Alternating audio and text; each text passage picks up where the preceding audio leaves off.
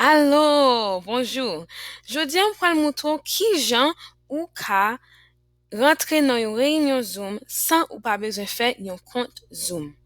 Première étape lan, c'est pour nous installer app Zoom nan sous téléphone nous ou bien tablette nous. Sou gen Apple iPhone ou bien iPad, wap jwenni nan App Store lan. Mais sou genyen yon Android, wap jwenni nan Play Store lan. Moi-même, moi genyen yon Android, donc on ale lan Play Store lan. Nap klike sou li la. Lò rentre la dan, wap wè ti ba sa an lè an, c'est là wap tape Zoom.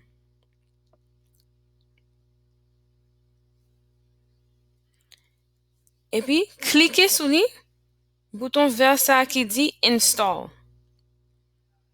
Donc, kounya an tan li installé. Ok, kounya li fin installé, cliquez sur bouton vert ça qui dit Open.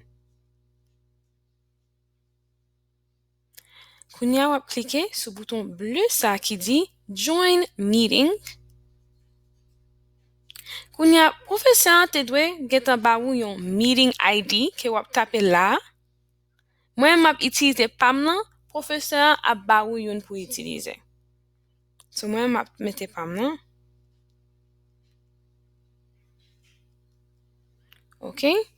Avant ou rentrer dans la réunion, assurez que ou changer nom. Mettez seulement nom avec prénom. Nom avec prénom. Pas mettre ti numéro ou bien ken not bagay. Seulement nom et prénom.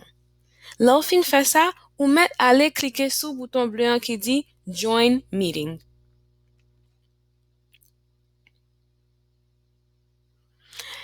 Kounya la mando pou yon meeting password.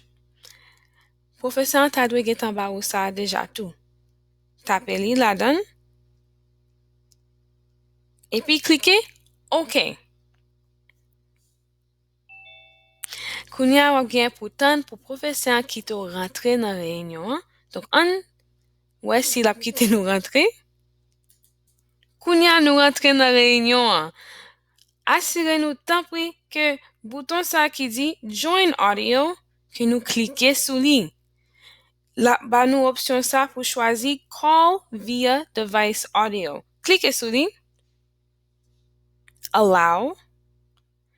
Et comme ça, on peut attendre tout bagay dans réunion et puis si vous voulez parler, ou ka parler, sous cliquer sur bouton rouge ça qui dit Unmute. Rassurez tant pis pour réunion que vous cliquez sur bouton ça qui dit Start Video. Allow. Et puis par en bas là, vous avez ouais tout. Et puis en haut, vous avez réunion. Et c'est comme ça, vous rentrez dans réunion Zoom nan, sans ou pas même besoin faire yon compte. Donc, si vous avez quitté réunion, vous avez un petit bouton rouge là qui dit Leave. Vous pouvez cliquer sur lui pour quitter réunion. On clique sur lui. Leave meeting.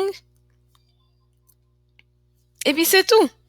Donc c'est comme ça, vous rentrez dans une réunion Zoom sans ou pas même besoin faire un compte. OK? Bye bye!